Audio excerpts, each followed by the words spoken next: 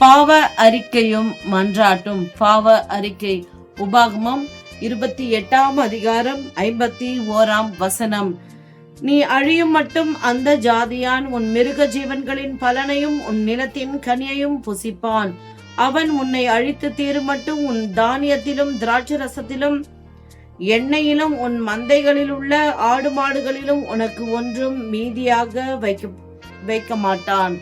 ஆமென். பிரியமானவர்களே, அட்டைப்பூச்சி கேள்விப்பட்டிருக்கீங்களா? அட்டைப்பூச்சி என்ன பண்ணும்? அது நம்ம சரீரத்துல ஒட்டிக்குச்சுன்னா நம்ம உடம்புல இருக்க மொத்த ரத்தத்தையும் அது உறிஞ்சி எடுத்துரும். புரியுதுங்களா? அதாவது ஆண்டவர் எல்லாவற்றையும் தேவன் உண்டாக்கினாரு. இந்த அட்டைப்பூச்சியும் அவருடைய அதாவது அவருடைய படைப்புகள்ல ஒன்றுதான். அது வேற ஒரு பர்பஸ்க்காக வச்சிருக்காரு. ஆனா அந்த அட்டைப்பூச்சி நம்ம சரீரத்துல ஒட்டுச்சுன்னா உடம்புல இருக்க மொத்த ரத்தத்தையும் உறிஞ்சிரும். அது போலதான் சத்ருவுக்கு நம்ம இடம் கொடுத்தோம்னு வச்சுக்கோங்களேன், அவன் நம்ம வாழ்க்கையில நம்ம எது ஜீவனா நினைக்கிறோமோ, ஒரு மனுஷனுடைய சரீரத்துல ஜீவனா இருக்கிறது அவனுடைய ரத்தம் தான். அது போல ஒரு குடும்ப வாழ்க்கைக்கு ஜீவனா இருக்கிறது என்னன்னு எல்லாருக்குமே தெரியும். அதாவது அந்த குடும்ப ஒற்றுமையும் ஐக்கியமும் பாசம் இதெல்லாம் தான். இத அவன் மொத்தமா உறிஞ்சி எடுத்துருவான். ஆனா அந்த அட்டைப்பூச்சிக்கு இடம் கொடுக்க கூடாது இல்லையா? அதுக்கு நம்ம என்ன செய்யணும்?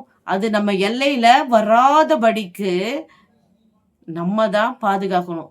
எங்க அம்மா சின்ன வயசுல என்ன பண்ணுவாங்க, அட்டைப்பூச்சி வருது அப்படின்னா உடனே அதை சுத்தி உப்பு போட்டுருவாங்க.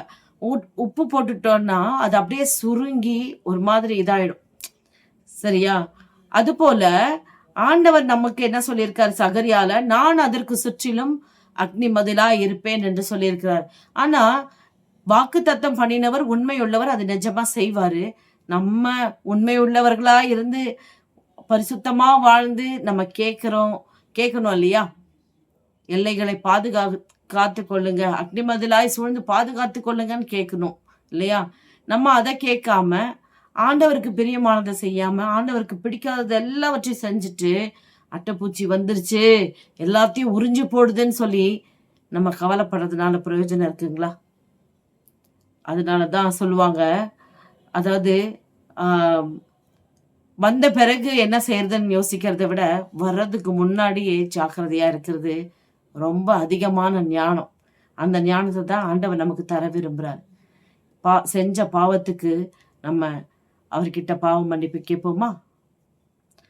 சர்வ வல்லமை உள்ள தேவனே, நீர் கொடுத்த ஞானத்தை உதாசீனம் செய்து அது நிமித்தமாய் ஆண்டவரே ஏராளமான அட்டைப்பூச்சிகள் எங்கள் வாழ்க்கையின் எல்லாவற்றையும் உறிஞ்சி கொண்டிருக்கு. தகப்பனே, தயவாய் எங்களை விடுவியும் ஆண்டவரே. கர்த்தாவே, எங்களை விடுவியும் எங்கள் பாவங்களை மன்னித்து எங்களுக்கு இரக்கம் பாராட்டி அருளும். இயேசுவின் நாமத்தில் பிதாவே, ஆமென்.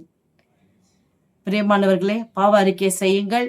ஆண்டவர் உங்க எல்லையில இருக்க எல்லா அட்டைப்பூச்சியும் விரட்டி அடிப்பார். தைரியமா இருங்க. God bless you.